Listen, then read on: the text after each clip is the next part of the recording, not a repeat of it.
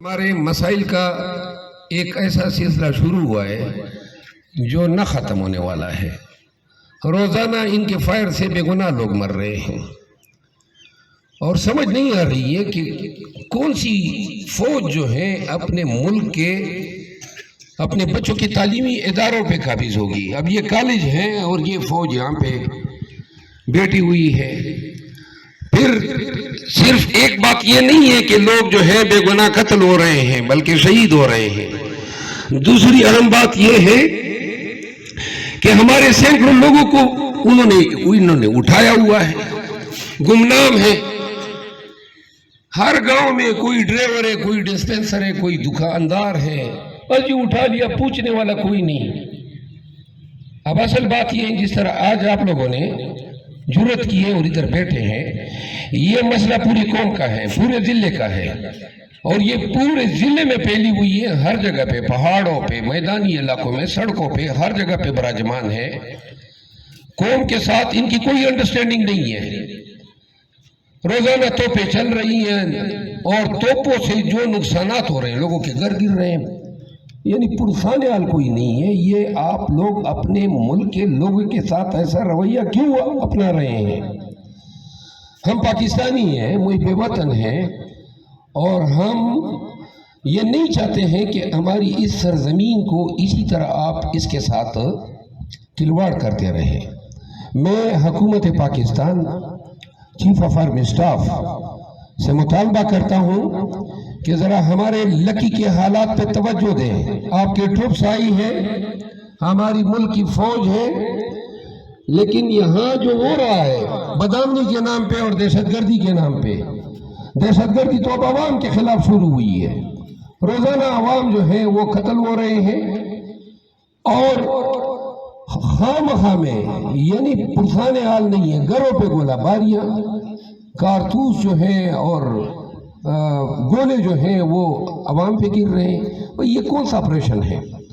ہر دوسرے دن net work بند ہے کہ جی فوج آپریشن کر رہی ہے، اور آپریشن اتنے ہو گئے ہیں لیکن نتائج کچھ بھی نہیں ہے۔ تو لہذا یہ قوم جو بیٹھی ہے، یہ آج ایک گاؤں کا مسئلہ ہے، یہ ہمارے پورے ضلع لکی مروت کا مسئلہ ہے۔ میرا مطالبہ ہے کہ فی الفور تمام تعلیمی اداروں سے فوج کو نکالا جائے، تمام تعلیمی اداروں سے۔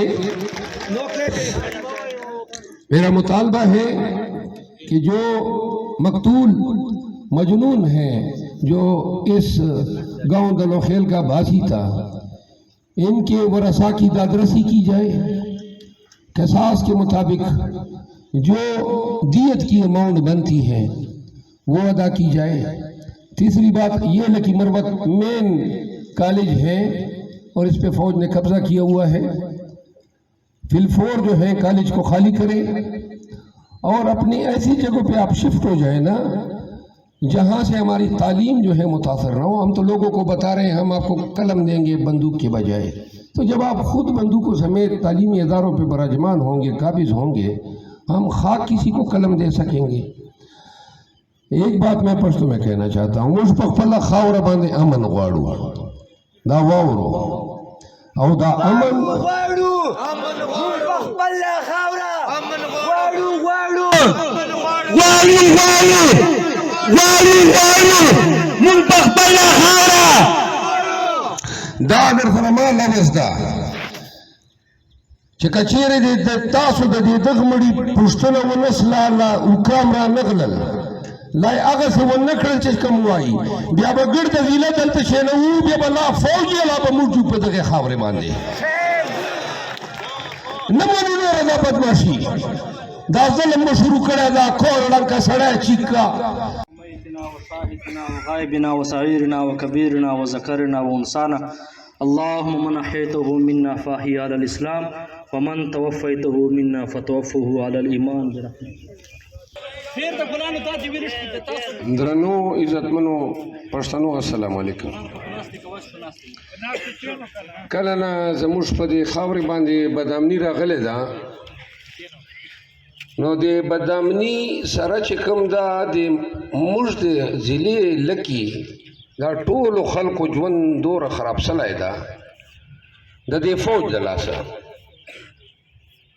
دا د دلوخیل کلی کیسه نه ده، دا د ګرد مربتو کیسه ده.